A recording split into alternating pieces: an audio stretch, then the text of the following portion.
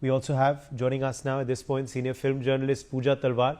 Puja, thanks for being with us. It's a very sad day, of course, for cinema goers, cinema fans, cinema journalists, the nation at large. What was your first reaction when you heard this sad news, Puja? I was on a flight, and as soon as I landed and I saw the news that, the obituaries by everybody, and, the first instinct was it didn't, we'd heard that whole fake narrative that had happened, and I was like, maybe it's not true. And then as I kept scrolling, I was just like, I felt very, very sad because I remember meeting him. I'd interviewed him exactly 10 years ago. And he was just so gentle. He was just so sweet and such a humble person for the legend that he is. So I was heartbroken. And then the first thing I did was play that lovely song from that movie Khamoshi, Tum Pukar Lo. And if nobody has heard that song, please do hear it. He's just in silhouette. And I mean, I really got teary-eyed. And you have to hear that song. Yes. Any memories that you'd like to share with us, Puja, of your interactions with him?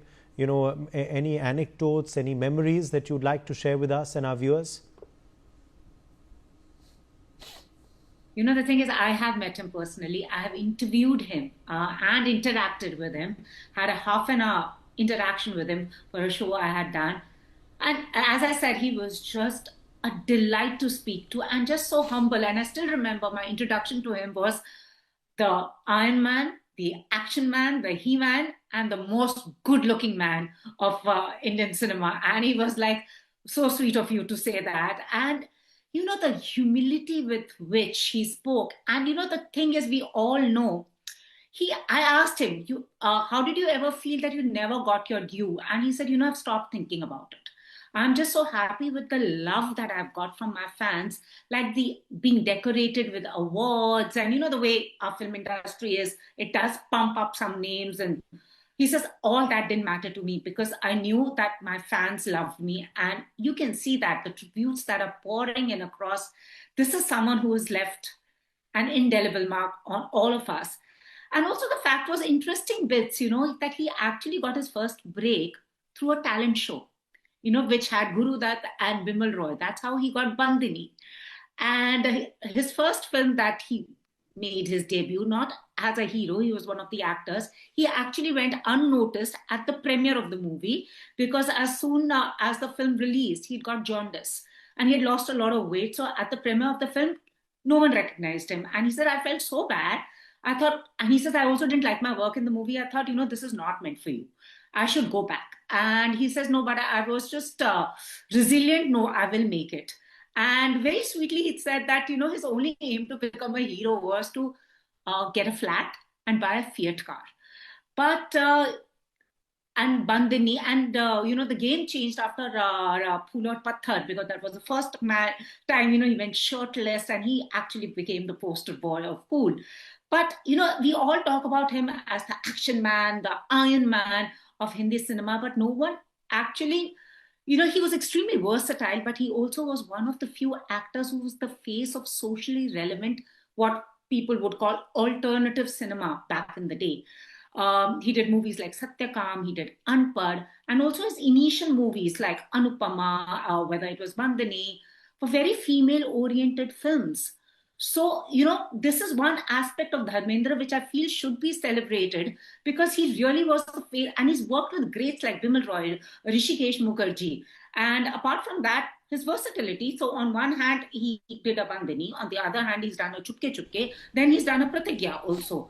So, and he also played negative shades in movies like Mera Gaon, Mera Desh and Ai Milan Ki Bela, and Yes. he had a very interesting anecdote to say that when he played this anti-hero, and he says, मुझे लगा कि अब तो मेरे को सिर्फ villain के role मिलेंगे. He says, ये नहीं करना चाहिए. He says, but इतनी लड़कियों के मुझे messages आए थे, they apparently really liked him. Yes. So it's a very interesting career graph. If you see how Absolutely. he started, came from Punjab, initial struggles, and Yes. became this giant of Indian cinema. He Yes. actually was the last of the living legends. And that career, today with him, of the his, Puja, golden has had over 300 films in his filmography. So many films, so many iconic dialogues, songs. Which stand out for you? the thing about him is he was relatable. People felt he hamare jaisa hai, ye apna hai, and that's the same thing that I see that his sons carry forward, especially with Sunny Deol. If you see, there is this whole zameen se juda kind of a insan. So Dharmendra, also the characters he played, they were larger than life, but on the other hand, they were very relatable characters. If you see him in movies like Satyakam and in Anupama, very relatable, like the green flag that these days that we say the green, he was the ultimate green flag. On the other hand, he was also the person who would avenge, his family's honor. If you watch him in this movie Yado Ki Barat, which was such a huge hit, throughout the film he doesn't smile. If you see, because he's the one who wants to avenge his family's, uh, you know, uh, family's death and find his siblings.